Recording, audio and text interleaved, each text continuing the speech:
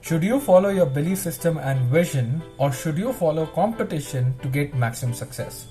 Hi guys, in today's video I'll be talking about a case study which I've gone through about Mercedes and other companies and thought to share this with you all. So I was just looking at a video on YouTube about Mercedes, that how they lost their top position and came to third position in US market in just a few years, despite being the fact that they were the king in the market from decades. And the reason which I found was competition. So I started thinking about this, that brands like Mercedes, which they follow their vision and their belief system and their set target audience, that kind of brand was pushed from top to third, which is not that big deal, but it was an indication that yes, there is something wrong happening. And then I started reading about another company, which was Nokia and Kodak. So Nokia was the pioneer in the smart or the mobile phone industry, and Kodak was pioneer in the camera industry, but still both of them failed miserably despite being the early starters. So a thought came into my mind again, and I remember that Nokia CEO that time said that we did everything right, but we still failed. That is, they stick to their beliefs and the vision, but they still failed miserably. And I started looking the other side of the picture, which is brands which are following just the competition to get success. And a thought came of like the early entrepreneurs or startup companies. In fact, I saw an online website which was selling pharmacy products, grocery products, pantry products, or even the auto products. And I was like baffled, like what is this website even selling?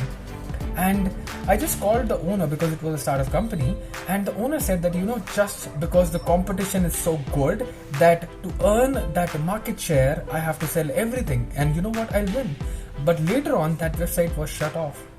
And the reason which I found was that he was just following success and money, not thinking about what he was trying to sell or what was his core belief.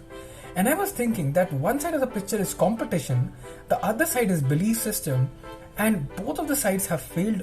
So there is something in between which both of the sides are missing. And then I started learning about companies like Apple or other companies like 3M. These companies are being like rising despite the competition. They have been just rising and rising. Even Microsoft is there, or Amazon in our case, which is quite familiar to us. And I found one thing between all of these companies, that despite having so much competition and in the industry from decades, they are still rising. And the answer was continuous innovation. Yes guys, the answer to the competition and just sticking to the belief system, both are incorrect. The reality is that you should stick to the belief system, analyze your competition, and just keep on innovating. And therefore, I want to tell 5 of the things which you can even implement in your life so that you don't get away from your belief system and still don't worry of the competition. Strategy number 1 is working on your own weakness.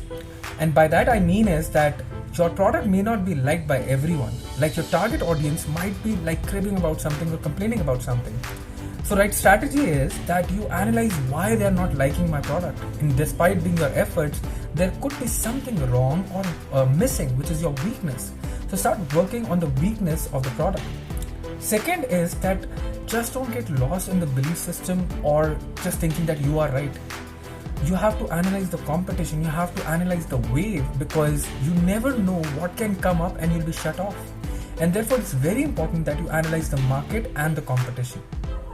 Third, because of the 2 reasons, you have to keep on innovating.